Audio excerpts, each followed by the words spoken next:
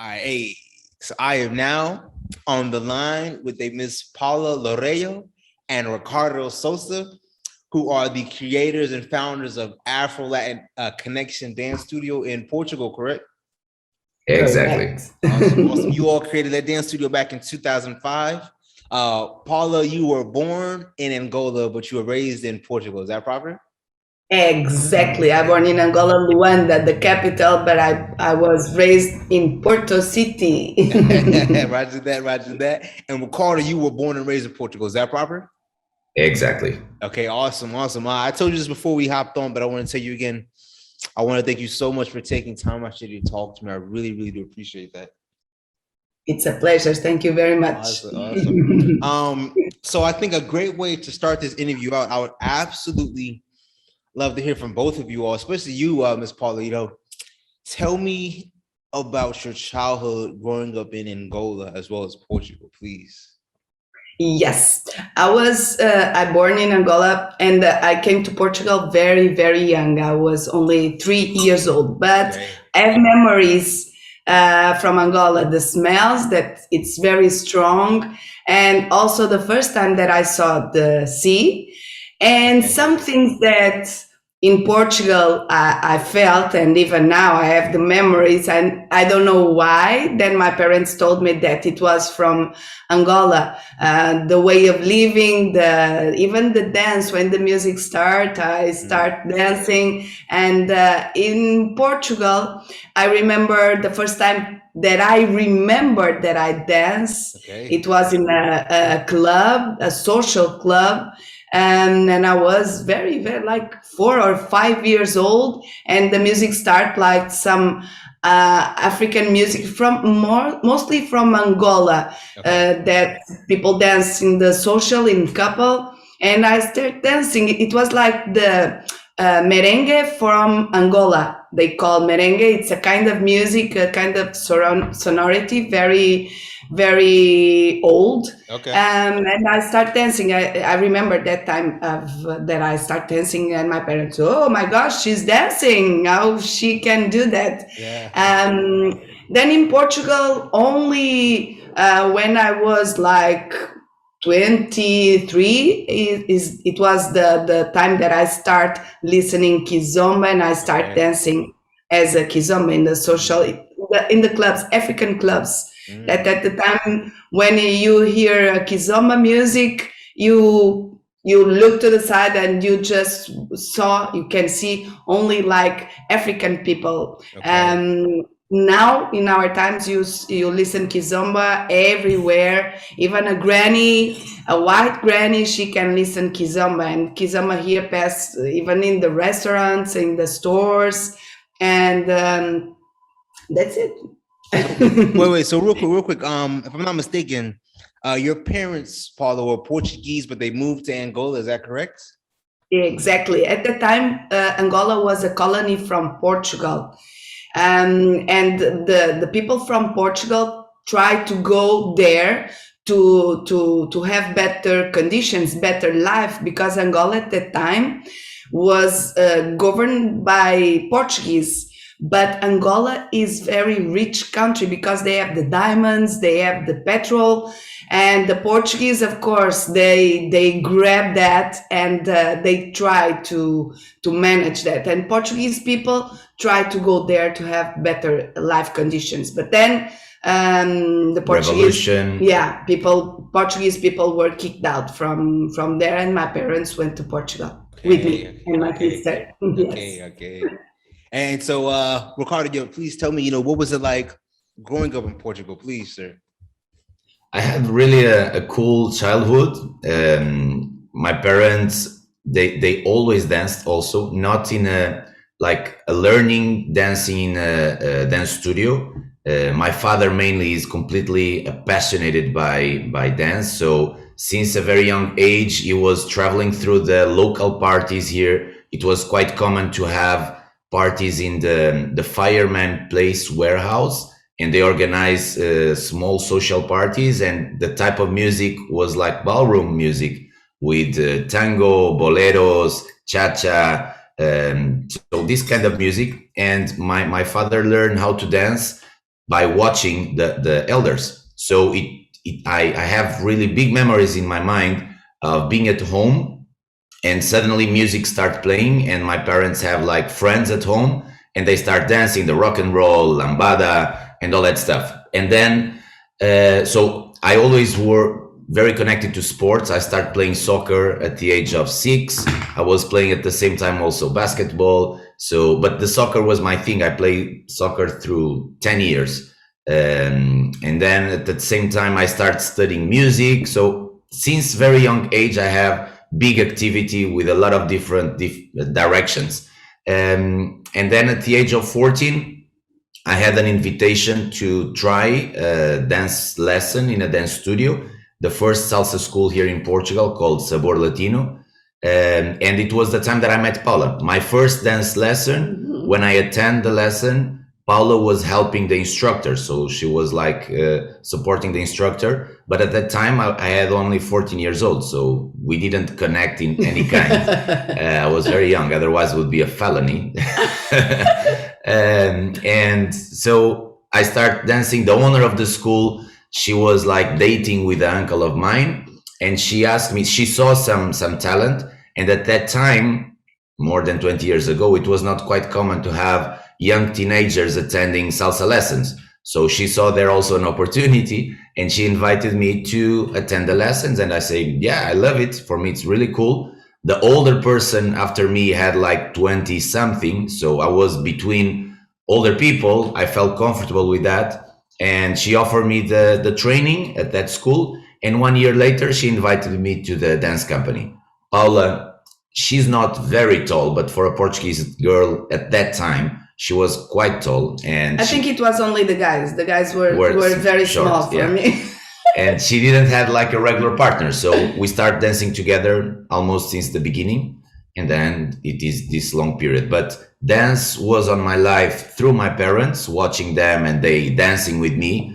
And then in 99, I was the first one from the family to enter a dance school. And after that, my parents enter, my brother enter, my cousins enter, my uncles enter. So the entire family started entering to the dance community. And from that, some of us become professional dancers, me and my brother, and also my cousin, Pedro Sousa, that he teach in our school, but he have like his own path. He become a vice champion of salsa Europe at the European salsa competition. He was dancing with in Italy with Johnny Vasquez Dance Company. So for those that are into the salsa scene, for now you know Johnny Vasquez. So a lot of people in the family start dancing because of this beginning more than 20 years ago.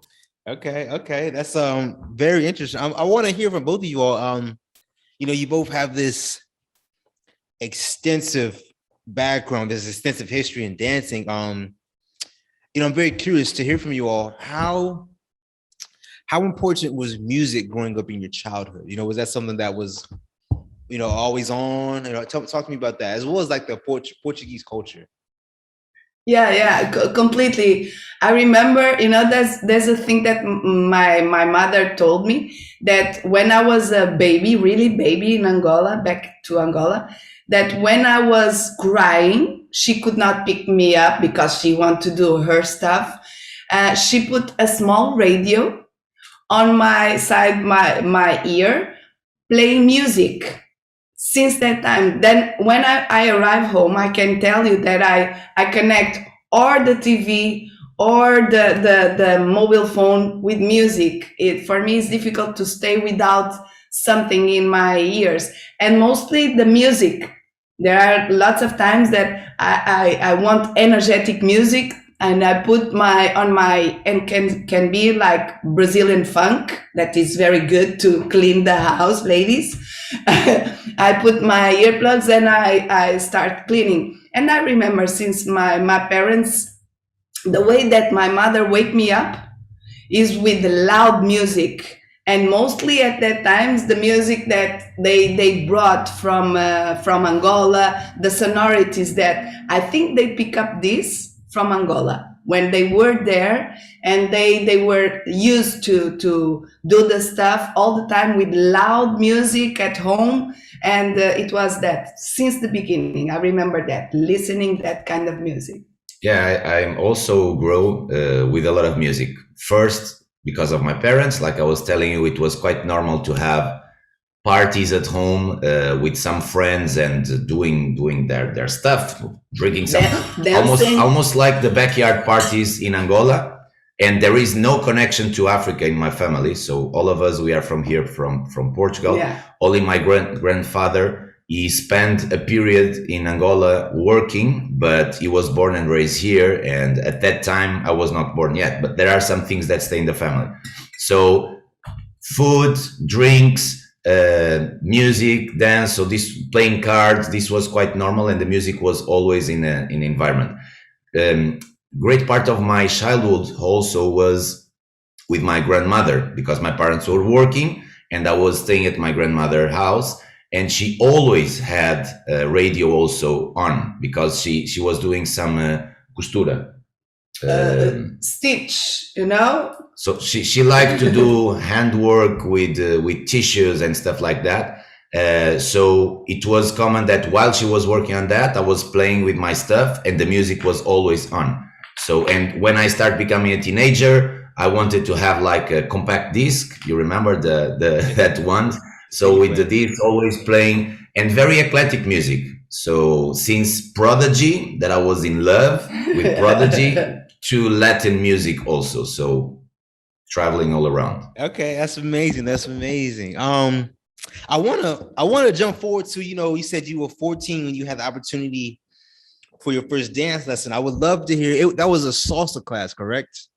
Yeah, it was a Latin American music and rhythms class, because the first rhythm that I learned, it was not salsa, it was danzón and also merengue. Okay. And then came Cuban salsa. They instead of salsa, it was son. Casino. And only after the not casino, son. Son cubano. All right. Cuban son. Casino, yeah. And then after came the salsa Cuban style. That was my first learning. Okay. Well, I guess maybe from you, Ricardo, because Paula, you've been dancing a lot. I would love. Well, let me hear from both of you all.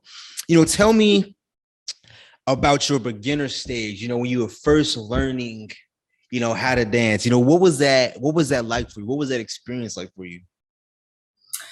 I start with aerobics, I start with aerobics teaching, and my teacher was Venezuelan, from Venezuela.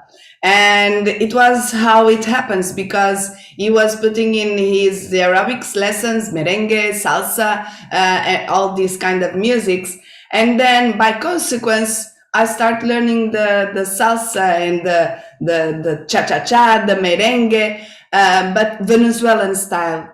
And it was, for me, it was like, it was not something so new, but it was something that it was familiar to me without being familiar. It was new for me, you understand? But it was very, I was very passionate with that kind of dances. And then we start it was learning, but to do some presentations, not learning, because at that time it was no school teaching salsa or merengue here in Portugal, because it were that Venezuelans that I knew that they start with the Portuguese girl, AfroLatin. They start teaching, they start having lessons and teaching the Portuguese people with salsa and the merengue. At the time, Venezuelan style, and then after with the Cuban style. But it was a natural thing, but I was in love with that kind of rhythms. You. Yeah, what about you, Ricardo? What was your beginner stage like learning how to dance? What was that like for you? I was completely crazy about that. I had my lessons on Saturday. I remember when I arrived to the dance studio for the first time, it was already happening a lesson of improvers or intermediates, and they were doing some like enxuflas and something. So I was seeing some really not complicated, but seeing arms on the air and people doing turns, everybody at the same time. And I was like, whoa, I love this. I want to learn that. So I always had this kind of feeling that when I see something that is complicated, I don't retract. I stay Feel attracted. Exactly. I stay in the Okay. mindset of I Okay. want to learn that. I want to do that. So every Saturday when the lesson finished, I was waiting for the next Saturday, Okay. like anxious, because I want to be part of that. If I could arrive to the school, to the dance studio, like 2 hours before, for me it would be good because I would be in that environment. So I connected immediately. And the salsa, the dance studio also had a club called Casa do Rio, a small club where the people that liked to dance were hanging out there in the night with the DJ. And there was the first time that I listened Kizomba also in that club. And I was dancing with everybody. So that kind of environment that was very familiar, everybody danced with everybody. I didn't know much, but I wanted to dance, and I danced the entire night since the moment that I arrived till the moment that I leave. And at that time, Paula was like a huge artist in our small community. So she was one of the teachers. I remember going back home in the car with my parents after the party saying, tonight I danced once with Paula, or I danced once with Graça, the owner of the school. So, and these kind of memories, just to give you here a bridge, I don't want to forget it, because now we are in the stage that we are also stars in our small community. So we can influence a lot people's life, and we have a strong power in our hands that it's a big responsibility to influence how the people will stay in this community and what will be the experience that we'll have. So that's why every time somebody invite me to dance, I try to have my biggest smile and give the best experience to that person, because this will, I remember the kid at 14 years old going back home and super happy by being able to dance with one of the stars of that time. So it's something that it's a kind of advice for all the people in this community, professor, instructor, or beginner or advanced, whatever. Remember the time that you were starting and you create that anxiety of inviting someone, and if that person give you a yes and a smile, this can change your life for the future. So we need also to retribute back at this time. Tell me this real quick. What was the name of the that dance instructor? You know, your original instructor. What was his name? My first dance instructor was Graça Pinto. Okay, I want to give a shout out. Mr. Graça Pinto. Shout out. and my first dance master, because he was the business partner of Graça, but he was training the dance company in different fields of dance, was Ernesto Acosta. I consider my first master of dance Ernesto Acosta, okay. Venezuelan guy. Friend of the master of aerobics from Paula. Okay. And he's the salsa father from here in Portugal. He was the one that started teaching salsa here in Portugal. Major shout out. Yeah. So real quick, I believe you said earlier that you started teaching around 2000, or is that, when did you start teaching? Let me ask you that. Paula. I guess together. When did you all start teaching together? Together. 2001. Okay. Because in 99 I started attending the club. It was a salsa club, a Latin club, salsa, merengue, cha-cha, bachata. And there was a DJ Mauricio. He started playing a sonority that was new for the people going out there. That was songs from Tabanca Jazz, a group from Guinea-Bissau. And I remember really cool the first time that I listened, because the song was called Sub-17, and the chorus was saying, Só tenho 15 anos, I only have 15 years old. And at that time, I had 15 years old. And I connect immediately with the music, but I didn't know how to dance. So my first Kizomba dancing was a bad bachata. So having this contact, I really falling in love. But there was no way to learn. There was no regular Kizomba lessons. But there were some clubs here in Porto. And hanging out also in that club, Casa do Rio, there was some guys working at the bar from Guinea-Bissau. And they were used to go to that Afro clubs after going to the Latin club. And they invited me to go, and I went there for the first time, and I started watching how the African people were dancing. The first nights I start just trying to watch and try to understand what was happening there. And then in end of 2000, Maestro Pechu, he came to Porto to the first time to teach the first Kizomba workshop here. That was a huge success. And we connected. Yeah. Yeah, and the Graça Pinto, the owner of the school Sabor Latino, she always had like a big eye to things that will work. And she saw my enthusiasm around Kizomba, and she saw that Kizomba in somehow would grow.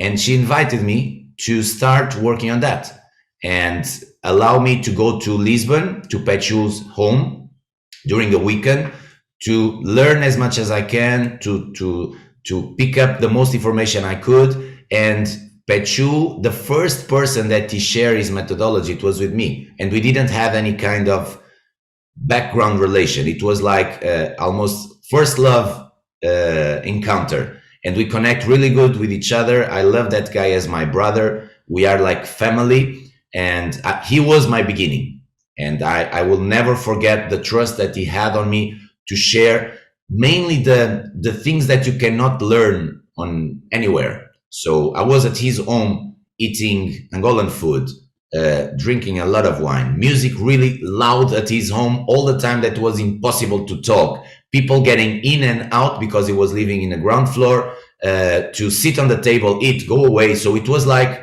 crazy, crazy, crazy. And that experience allowed me to start constructing my methodology. And in 2001, I opened my first group. At that time, we were not dating together. And I start teaching with another girl that is interesting that she's now is back to the scene. She's coming to our club, Joana Cabral. And I start teaching, creating my small methodology with just 6 students. And there was one student, Olga, that she was paying 2 months in advance to the dance studio, don't close the class. Because at that time, everybody was saying Kizomba is not to be learned in a studio. You go to the club and you move. There is nothing to learn in a studio. So it was really, really young. And that was our major trump, because we start in the time that there was nothing or almost nothing. In Lisbon, the first generation of instructors were there. Mestre Pechu, Tomás Keita, Avelino Chantre, Zé Barbosa, Bandeira, and Wati. So these were the first generation of Kizomba instructors, all of them In Palop, Lisbon. African, in Lisbon. And I had at the beginning this advantage. I'm European Portuguese. I know the needs of the people, how they need to learn, the progression of structure. And the African instructors at that time, they didn't have that. It was fun. It was joy. It was the way that they learn also that they were sharing. So we were able to pick up the methodologies that we had from salsa, from the school, from our growing, and create something to teach Kizomba. So of course, my first group of students, even today, I don't know how they were paying me to have lessons, because I was bad. I was really bad. But it was my opportunity. And really fast, Paula started attending also to give me a help. And we start connecting, we start changing information, and she started being part of the process also. And 1 year after, we had already 2 groups of students. Then a third group appeared. We had around 50 students. And it was growing. Also, the media start helping, because the Kizomba starts appearing more on the scene, on the television, dance competitions on the television, bringing Kizomba. So it was a growing scaling. Okay, I asked that question originally, man. I wanted to ask you, so you've been teaching since 2001. I wanted to ask you, what advice could you give to someone who is a beginner? And and they may be struggling in that beginner stage. And I want to put a caveat with it. And I want to ask as well, what are some common mistakes that you see in your beginner class that could also be advice to a new beginner? To a beginner teacher or a beginner student? Well, we'll get into teaching as well, but let's say a beginner student. Okay. Take your time, enjoy the process, because we are in a society nowadays that everything needs to be fast. Social media, YouTube. So you need to learn to put it in practice immediately. And people want to give steps bigger than their legs. And they start watching people doing crazy stuff, and they want to go immediately there without having a foundation. So learning foundations can be fun. And here the teachers have a responsibility and an important role to allow students to learn. This is our major like label in terms of teaching. So make the students do different stuff, teaching them how to do the same thing. So in order that they can start going to social and start putting in practice. If you are a beginner, take your time, enjoy the moment.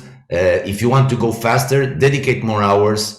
So it's impossible to train 1 hour a week and want to have the same results of someone that train 10 hours a week. Okay, so go in your process. When you go to party, and this is very important for everybody, but if you start in beginners with this mindset, you will get there much faster. When you go to a party, don't go with the idea of training. Okay, training is on the studio, training is at home. When you go to the party, you need to trust the process and have fun. Dance social, it's not supposed to be a CrossFit training. So there are people that if the party have 200 songs, they want to dance 200 songs. It makes part of the process to hang out with people, to talk, to watch others dancing, to drink something to refresh. So all this process makes part of a party. So enjoy the entire process. Don't go with this mindset, train, because our body need time to assume our way of doing the things. So you will instruct, you will feed your body with information, with nutrition during the lessons, during your individual training. And then when you go to the party, relax, let it happen in order that can become more natural and fluid. And so you spoke on that. Paula, let me get your opinion as well. Let me get your advice for a beginner instructor. You know, what are some things you know now as an instructor that you wish you knew when you first started? I think I start in a very good way, because I start the way because I have my master. I had my master doing an orientation to me, or giving me an orientation. Because first, my advice, you need to do lessons, lots of lessons, learn a lot, and then because you need to observe conhecimento. Knowledge. You need to observe knowledge first, then you can teach. And even though while I was giving my first lessons, I was learning, and the advice of my master was do lots of lessons of different instructors, because you need to not only know about the thing that you are going to teach, even if it's kizomba, salsa, whatever, but also you need to know, to learn how to teach. We need to be pedagogic, yes? And because of that, you need to see different kinds of teaching, approaching, different ways of giving knowledge to the people. And in this way, you can observe the different ways, and you can do a cocktail, and with your own way, with your own personality, you can teach the people in your own way with your characteristics, yes? And never stop learning. Yes, there are all the time different technologies, different ways of doing the thing. And even more, you can see the different ways of how to teach a thing. Even sometimes there are bad teachers that you can say that, oh, they are bad, that you can learn. Learn how to not do the things. Yes? Never, my best advice is never stop learning. And it's not only about learning about a dance, about the thing that you are going to teach, but about how to do it, and to respect the different ways, the different personalities of people. The people that you have in front of you, you need to have different approaches to make them get interest in the thing that you are teaching. Okay. And humility is very important, to be humble. Just let me give you here some insights about that, because when I start, teaching and talking specifically about Kizomba, it was very difficult. I had the luck to have a mentor. So this is the first advice that I give. Find a mentor that you connect. Find a tutor, a person that you watch and you say, I like that. I want to be somehow like this. And I'm studying now like entrepreneurship and investment and whatever, things like a part of dance. And all of the people that I'm studying, they always say, first, what you need to do is to copy someone that reached the results that you want to get. This will give you like a beginning of climbing in a stair. And in a certain point, you will have the tools enough to create your own thing. But at the beginning, it will be much easier if you connect with someone and you try to imitate what that person is doing till the moment that you know how to walk. And after that, you can create your own road. And at that time, when I start, I had Pechu, but it was like a beginning. It was difficult to get information, not like nowadays. Nowadays, you can find really good information online. But at that time, you had Wikipedia with bad information and nothing more. So we needed to do research on the field. We went to Angola, we were traveling to Pechu's home, we were watching people dancing, we were doing laboratory with our students. Each group of students that we start, we create structure of teaching. The new group, we try to apply the things that work and change the things that didn't work. So since 2001 till now, our methodology suffered a lot of changes of improvement. And that's why, as we felt also that there was a lack of creating a group of information to make the life easier of someone, we create the KTT, the Kizomba Teachers Training. Because we train ourselves, we test ourselves with our students, we develop. We had teachers teaching under our methodology, like my brother and his partner. They were the first one. So we were teaching them and watching how they teach under our methodology, seeing what was working and or not. We had a switch of partners. So Paula was teaching with my brother and I was teaching with his partner, in order that we can give direct training, see how they react on the studio and collect this information and intelligence to be able to train other people. And in 2013, we create the first program of KTT, where in a training of 5 days, we deliver everything that we consider important to someone to start teaching. Even those that have already a lot of experience in training and teaching, they can collect a lot of information. So since 2013 till now, more than 500 people attend this training. And we had people that never taught before and don't want to teach. So they went there for personal experience. We had people that never teach and want to start to teach. So this was like gold for them. It's a product ready to teach with 16 lessons, step by step, what to do since minute number 1, saying hello to the people, saying how to change partner, saying what step to teach in the first minute of the lesson, till people that were already including more experience than us, teaching for more years. And all of them can collect different information on the training because of what Paula was saying. When you see other ways of doing the same thing, you open doors in your mind to be able to adapt what you have, or including to try in a different way to see the results. And it's beautiful to receive the feedback from all the students saying how it works at their country. Our first edition, we were like afraid. It was the first time.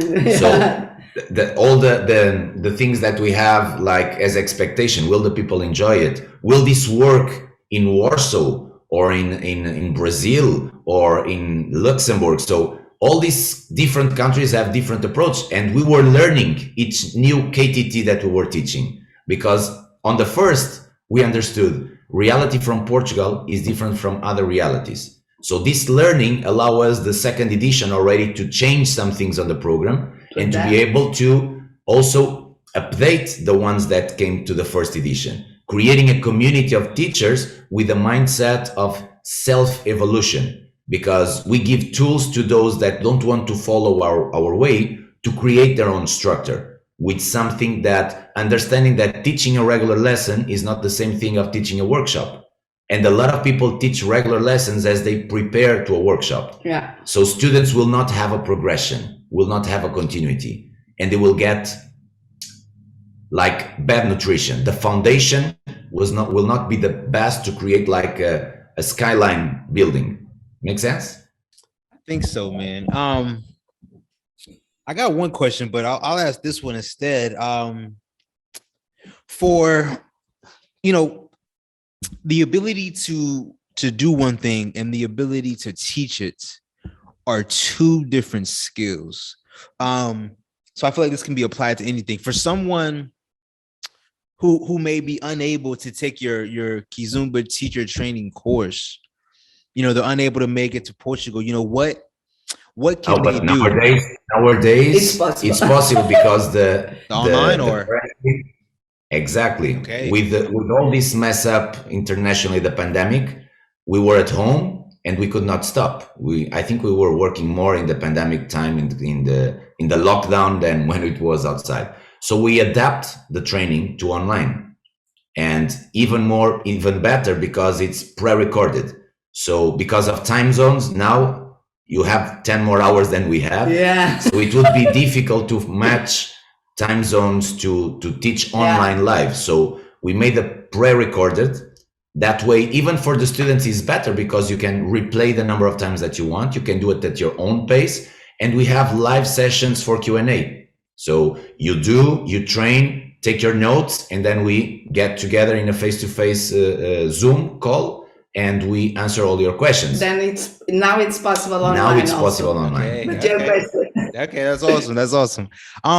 So let me ask you this then. I want to kind of get into ALC. So I guess at what point did you decide to start taking dance more seriously? I guess what year did you truly become a full-time dancer, where you made your money from dancing? What year was that? For me, it was at that time when we opened Mushima. Mushima means heart in Kimbundu. That is a dialect from Angola, Luanda. And we opened our bar, our club, and I was teaching aerobics at the same time. And I was like feeling very tired. And I was, my gosh, I'm old. I'm getting old. Why I'm so tired? Because I was teaching my aerobics lessons full time. Yes, I was teaching every day, like 4 or 5 lessons a day. And even more, at the end of the day, I have the lessons at Mushima, that it was the time where we were teaching. And then the social dance. And I was like, and I stopped, oh my gosh, of course, I'm not old. I'm just teaching many hours of dance and aerobics. And then it was the time, aerobics was my job, my main job. Then it was the time that I need to stop my main job and start only living about the dance. It was the time that I was feeling 2006. Very tired. Yes, for me. So we started the project AfroLatin Connection in 2005 when we left the Sabor Latino school, and we create our project, performing and also teaching in a rented studio. 2006 appeared an opportunity, quite crazy when we look back nowadays, because we rented a place in industrial area where the main house clubs were located. So till that time, the Latin clubs and the Kizomba clubs were something really small. And we decided to go to the center of night activity. And it was a big investment of money and a big investment of time, effort, because we didn't have the money. So we need to work even hard.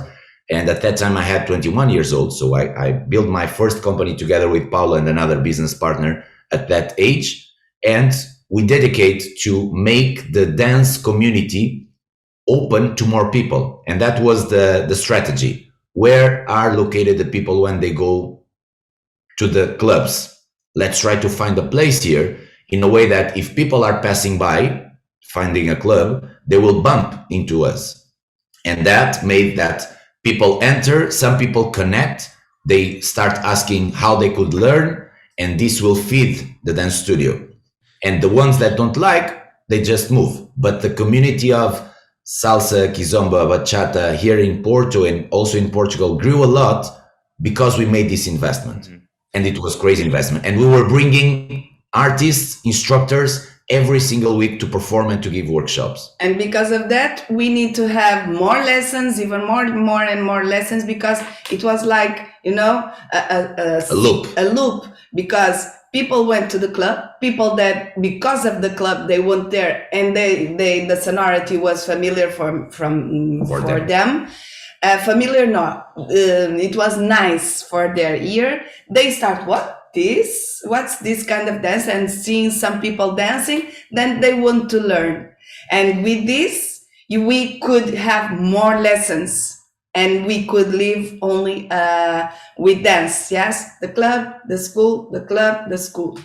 Yeah. Okay. So I asked that question originally. So you said 2006.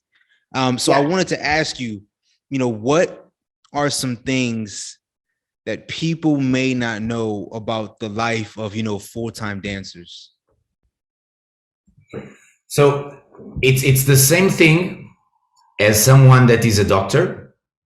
The difference is you don't have a schedule. It is not a 9 to 5 work.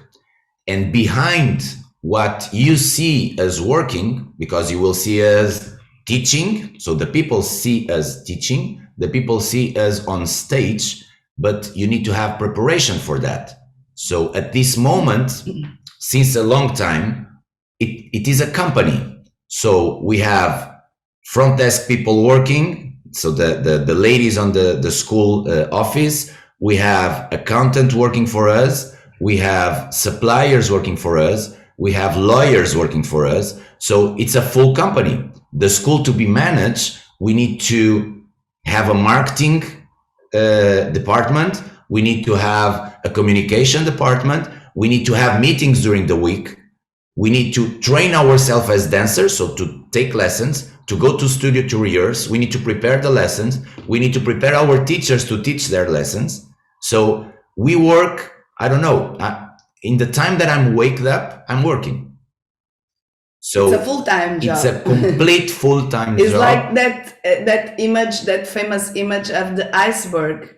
People just see the top. The top. Of course, it's not everybody like this. Yeah. There are some co-workers that we have that they work 100% on dance, and they have a much more relaxed lifestyle because they are only dancers and instructors. They don't have a school or we manage business also around school, around dance, because our company that is called the Mais have 3 fields: dance studio, and our dance studio have kids from 3 years old till grown-up people till 80 years. So it's a multidisciplinary school: hip-hop, contemporary, ballet, salsa, kizomba, bachata. So at this moment we are getting close to the 600 students.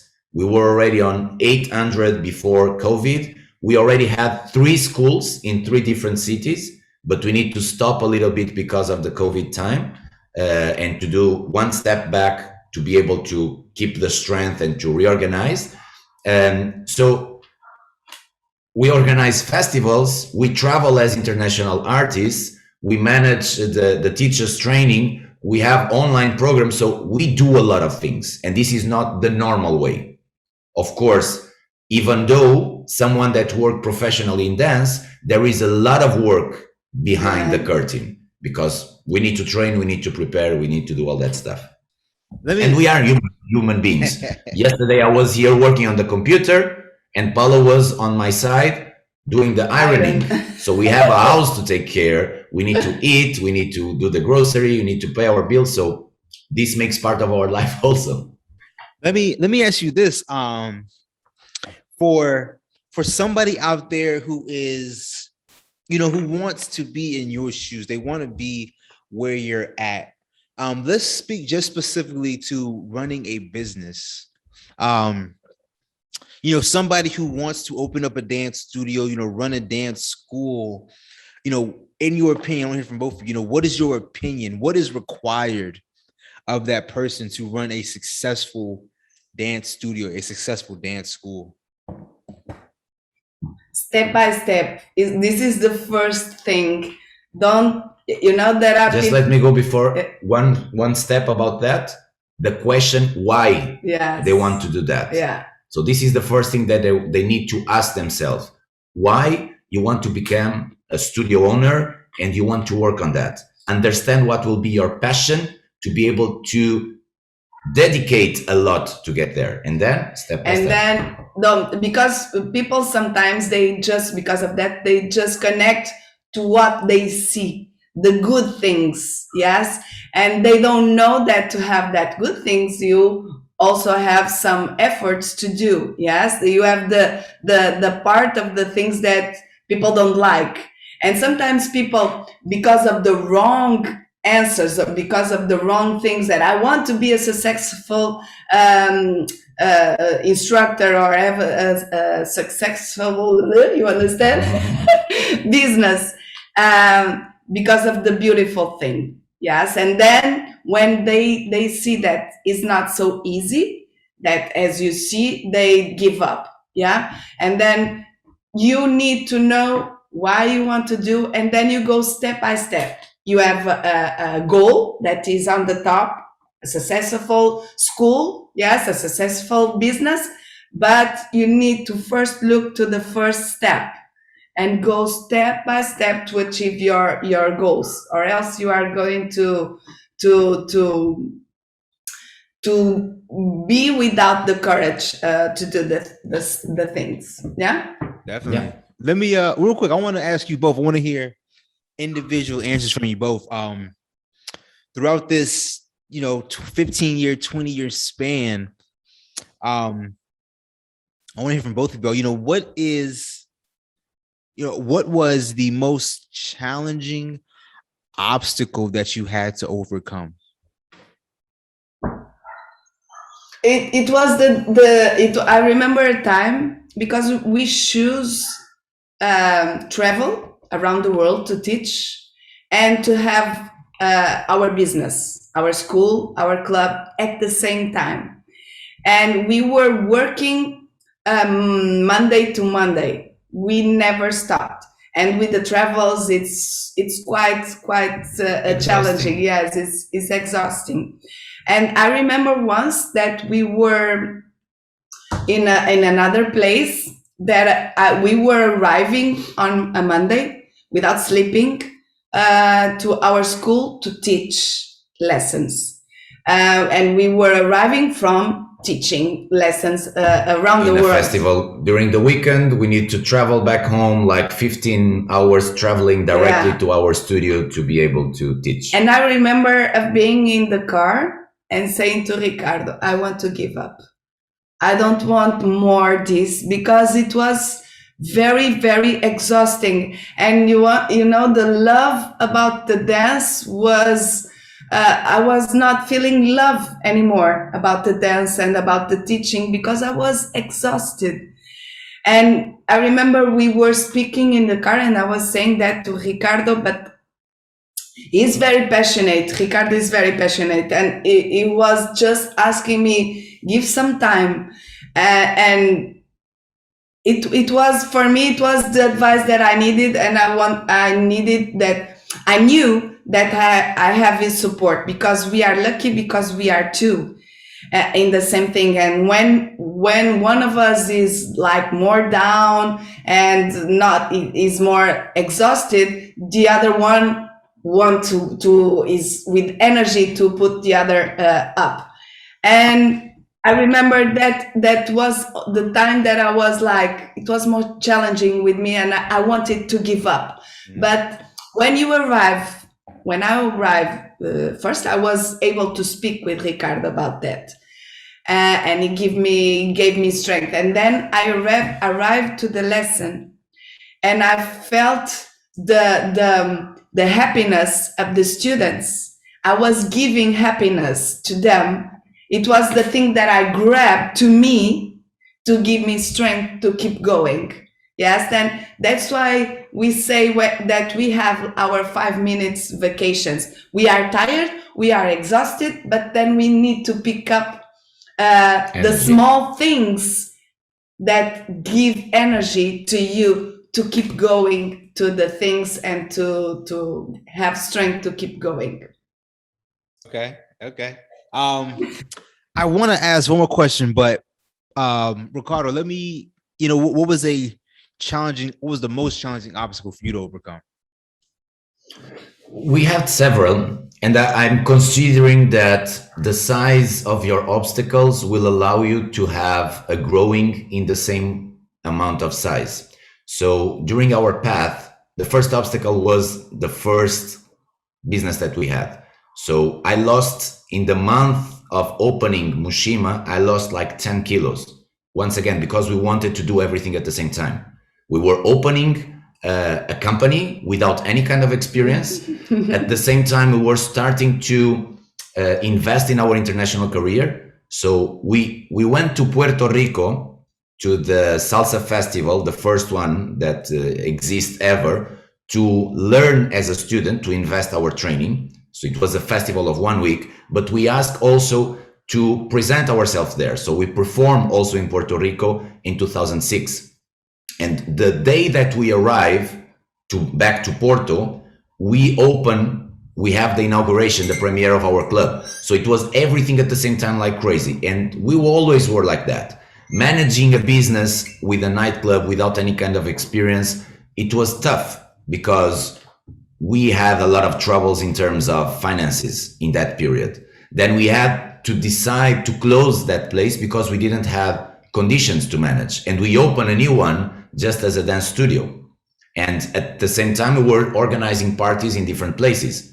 And we had people with problems of, they didn't like our success. So we were a target of calls to police, having like visits all the time to fiscalization. It was a difficult time also, but we overcome that and we became stronger. And we always pursued our dreams.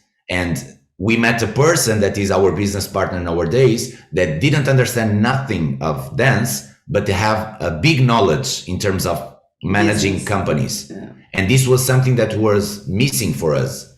So this kind of synergies is an advice also for people that will listen to us that are starting a business. When you start already with the idea of where you want to get and go gradually, but preparing the field. If you have 10 students, you need to organize your management to be ready to have 1,000 students. So like this, it will be able to grow with consistency and find people that master things that are very important to your business and you don't know how to do it. At the same time, study. But there are times that it's better to invest in someone to do work for us that we don't know how to do it, and we will need to invest time to learn. And instead of investing time, invest some money to hire someone that is already ready to work on that and will allow you time to invest on the things that you are really good. And I took a lot of time to understand this. For me, delegate was always difficult, and it was easier to say, don't worry, I do that. And then my business partner, our business partner, gave to us some insights in terms of management that we didn't have. For example, an employee of 500 euros can be very expensive, and an employee of 5,000 euros can be very cheap. It depends on the return that he gives to the company. Okay, so this kind of mindset start molding our way of looking to the business. And we were able to create this is like a mecca for anybody, any person that want to live through dance. Our facilities, we have a building with 3 floors, 5 studios, our club with a stage. We organize festivals there. We are going to have almost 800 students who are passing there weekly. So you breathe dance and training there. And it took only 5 years. So if you do the math, we start in 2005, AfroLatin Connection. In 2010, we opened this big dream that we had sketched in the paper, in our brain, because we were calling it all the time with all our guts and all our energy. There is not other way. You need to be in the places to be able to happen something to you. If you go back home and you start only thinking about preparation, you will never get there. Learning that I had last week, putting to practical words what we were doing the entire life. So usually you listen, prepare, point, and shoot. Okay? But in fact, this is not the proper way to evolve in any field of your life. You should prepare, shoot, and then, how do you say? Prepare, point, shoot. You should prepare, shoot, and then you point. Because you define a time, a period to prepare yourself. And in that period, you will prepare as better as you can. But then you need to have action. And after you shoot the target, you will see where the bullet will go. So after, you can point direct to the position that you want better. And a lot of people procrastinate because they have afraid of not being completely ready. My beautiful people, it's impossible to be completely ready. Yes. Only when you start doing mistakes, you will understand what you need to fix. So of course, you need to prepare yourself as much as you can in the period that you define. Velocity of action is fundamental. And these kind of learnings came because we start having time to think about other things that not only management, because we had a master on that. And that person understood and allow us to understand that we need to have teams to manage things. And since the beginning, when we start on this specific project with 300 students, we already organize with CRM systems, with control of students, with facturation and management of students. Since that time, think you're already in 1,000 students. So the growing was natural, was happening. And you need to be with attention to be able to direct the bullet every time you shoot. And being fast to do that. What was the question? No, that was perfect, man. I got so many questions, man. I don't want to hold you guys up, but let me ask you this real quick. You guys have been dance partners for so long. I want to hear individually from you all. I want you both to answer this. What is the secret? What is the key to that relationship of having a dance partner and being able to maintain it for this long? Is lot of acceptation, because you need. Wait, now it's my turn, because Ricardo, you could all understand that Ricardo loved to speak, yeah. And I think the big key is the acceptation. Is first, when we see something or we feel that something is not good, I try not to change Ricardo. I try to change myself or my perspective. Of course, it's not a pink or a fairy tale, yes, but it's a growing. We all, me and Ricardo, we know how to do the stuff because we make mistakes, but because we accept each other how the other is, yes, but this was a learning, and we don't speak too much between each other, but we understand a lot each other. This maybe is like a little bit a countersense, but it's like that, because I can speak to him. I can give you an example. We are in a business that is quite challenging, is dancing with people. Yes, and when we are in a party, ladies dance with Ricardo, or Ricardo dance with ladies, and I dance with men. And is quite challenging. In the beginning was like the jealous, mostly from me, yes, because he's dancing with another lady, and ladies are more, how can I say, have more courage to seduce than men. And it was a time that it was quite challenging, because in the beginning, before we start dancing, Ricardo was very ladies like a lot to dance with Ricardo, and for me it was like, oh my gosh. And we were very good friends. Yes, so I knew all the stuff from Ricardo before we get in love with each other. I was like his best friend, you know, I knew everything from him. Then we started dating, and it was quite challenging for him because he could not say things lies to me because I knew everything, you know. And you know, but it was, I spoke with him about that, like I'm jealous because of this, and he was very maduro, Mature. Sure. yes, to understand. And I was accepting the thing. It was like he was dancing with the lady, and the lady was very seducing him, yeah. And while he was dancing, and I was looking to him and I was dancing with another man, yeah. And I looked to him, and just with a look, and I said, okay, it's okay. And I was not looking anymore. And this eye contact was the thing that relaxed me. And he knew that, and it was okay. And in everything in our life is like that. I accept the way he is, but he accepts the way I am. And I try not to change him. I try to open my mind and to see in a different way. Don't be like that. Let me ask you the same question, Ricardo. Yeah, I think our major trick is the acceptation that Paula was saying, adapting, thinking about the big receiving.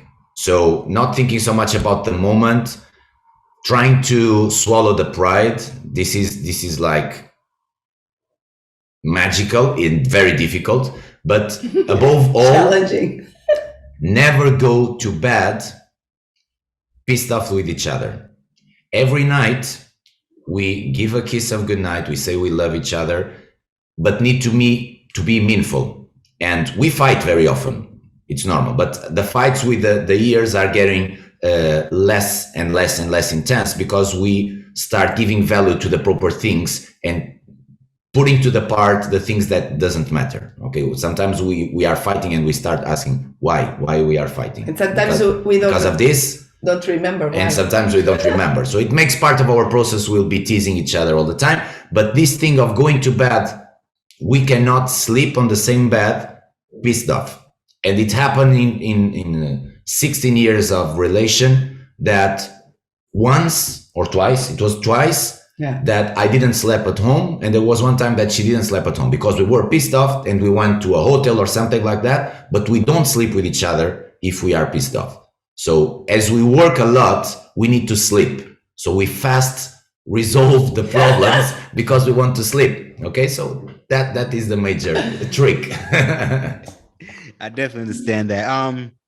I want to ask you guys two final questions. I'll give me some quick answers for these. I don't want to hold you up too much longer. When I say the word musicality, what does that mean to you? Oh my gosh, so many. You said quick.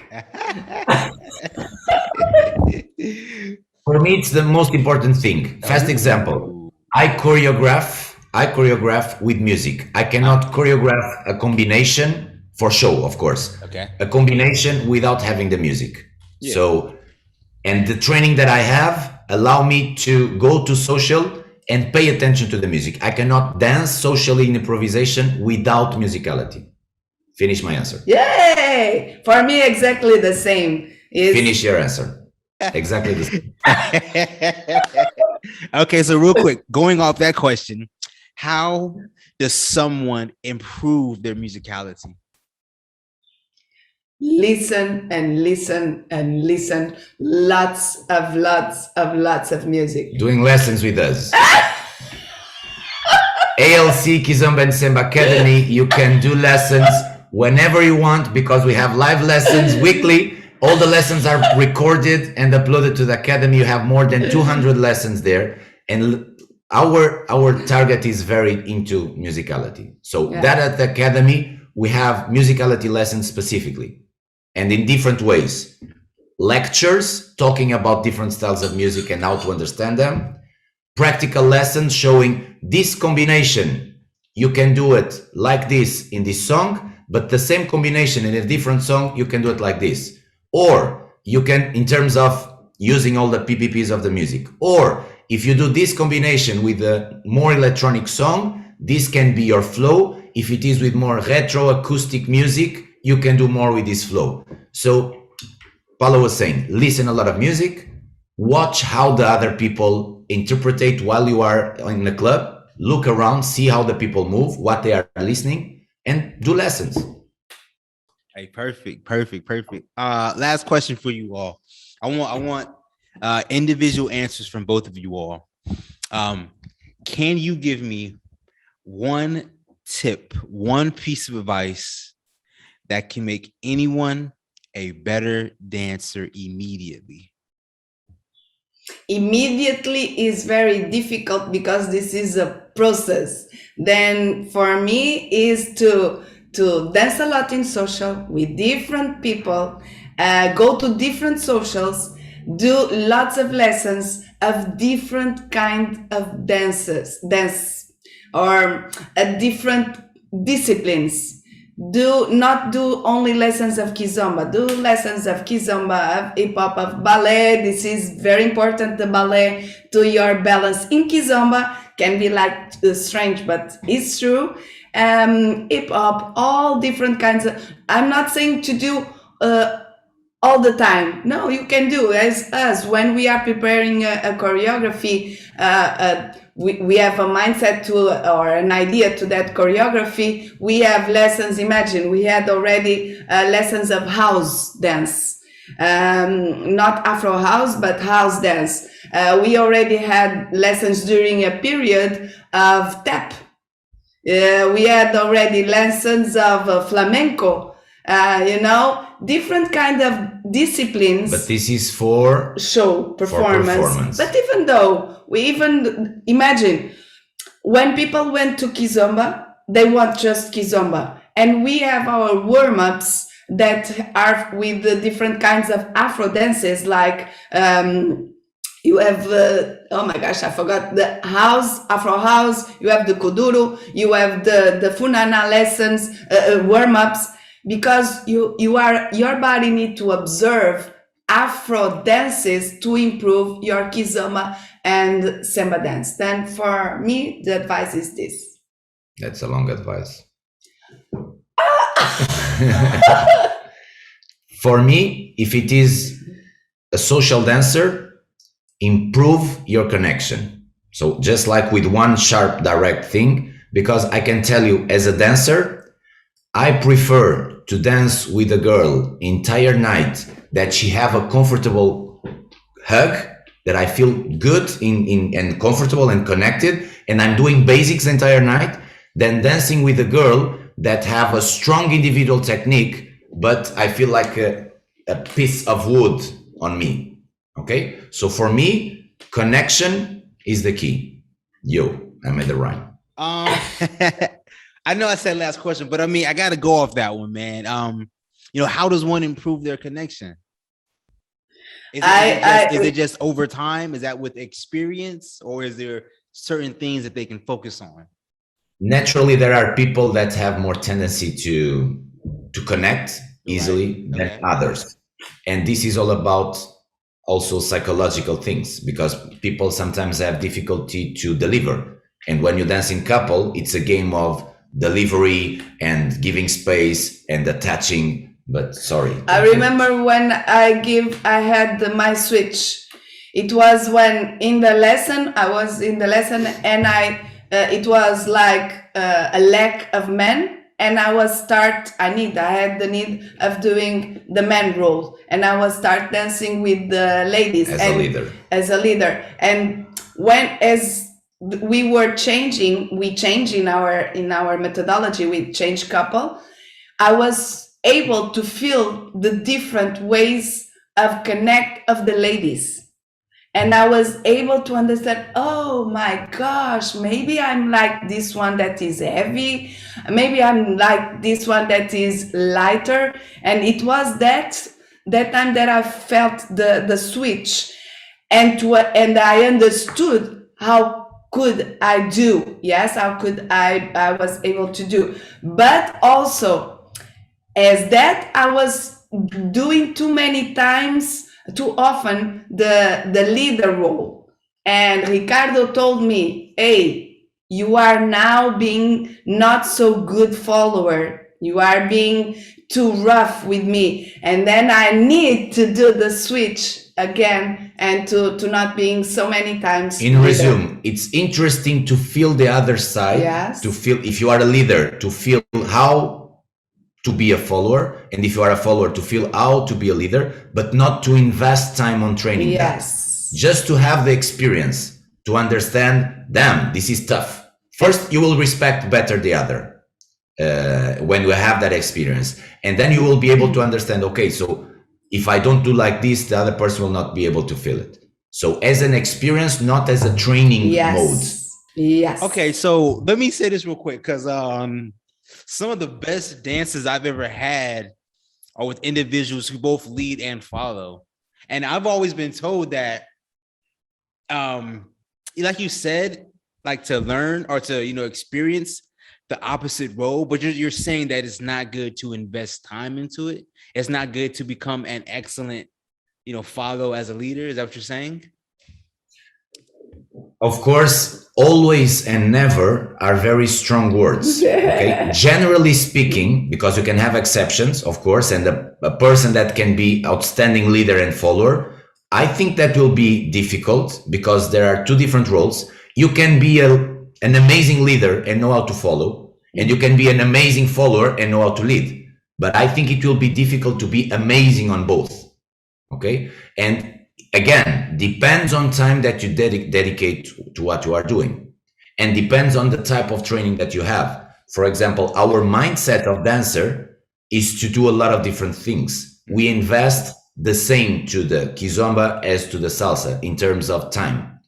So we are able to switch. And as we train ourselves in so many disciplines of dance, I can be able to have, and for example, I made this interesting exercise in my Kizomba man styling lesson online, that in the same song, I made a combination with the students that in 8 counts, they need to change completely their body energy, going from a groove more Afro to a groove more Latin to a groove more stretch.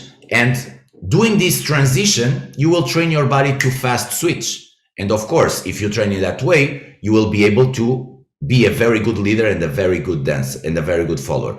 I'm just saying that normal, common people, students that use dance as an hobby to have fun, I don't advise you to invest on both. I advise you to invest in one and experience the other. I definitely understand that. I could probably keep you here for like another 30 minutes to ask you questions, but I don't want to hold you up. I know how busy you are. I want to thank you all so much for taking time out today to talk to me. Thank you so much. Thank you. Our pleasure. Thank you for the invitation. Of course. I know I said last question, but real quick, do you have any upcoming events? Anything you want to plug? Anything you want to share? Yes, of course.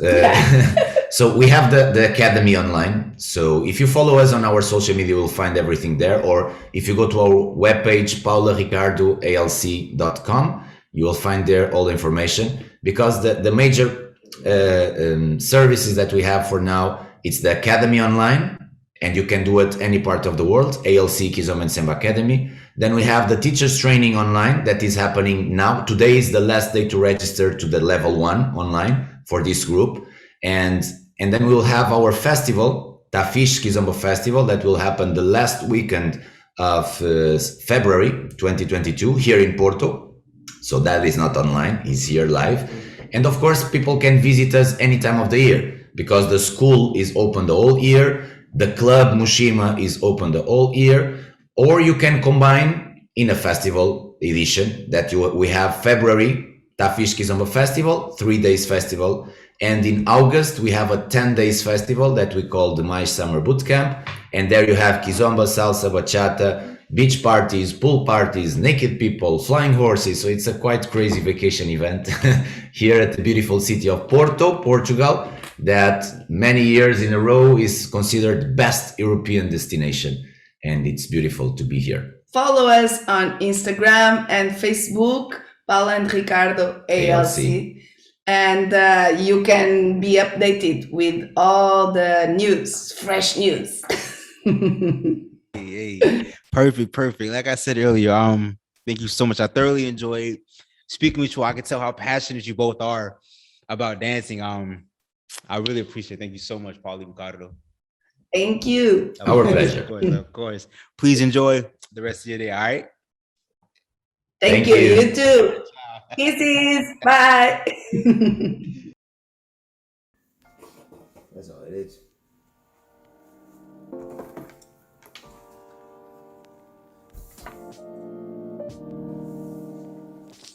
Hey everyone, if you made it this far to all to the end of the video, I want to thank you so much. My overall goal with making these interviews and these episodes is to give a voice to dancers, to give them a platform to speak their story. So if this is of value to anyone, then that means the world to me. My overall goal is to give value to the dance community. So, if you find no value in this, then I urge you to please let me know where I can improve on. I truly want to, just give value and content to the dance community. So please let me know how I can improve, where I'm messing up, because to be 100% honest with you, I'm learning along the way as I do this. I truly am. So to be able to interact with the dance community, it means the world to me, because it gives me feedback and it lets me know what I'm doing right, where I can improve upon, what I'm doing wrong, which I feel like might maybe more important. So please, if you all could comment and just let me know what you think, it means the world to me, because that feedback just helps me improve. So please comment as well. Please like and subscribe. That means a lot as well. But I want to say thank you so much for just watching this, because it means the world to me. I want to take you on this journey of the Two Left Feet podcast. I'm very excited for it. So once again, thank you so much.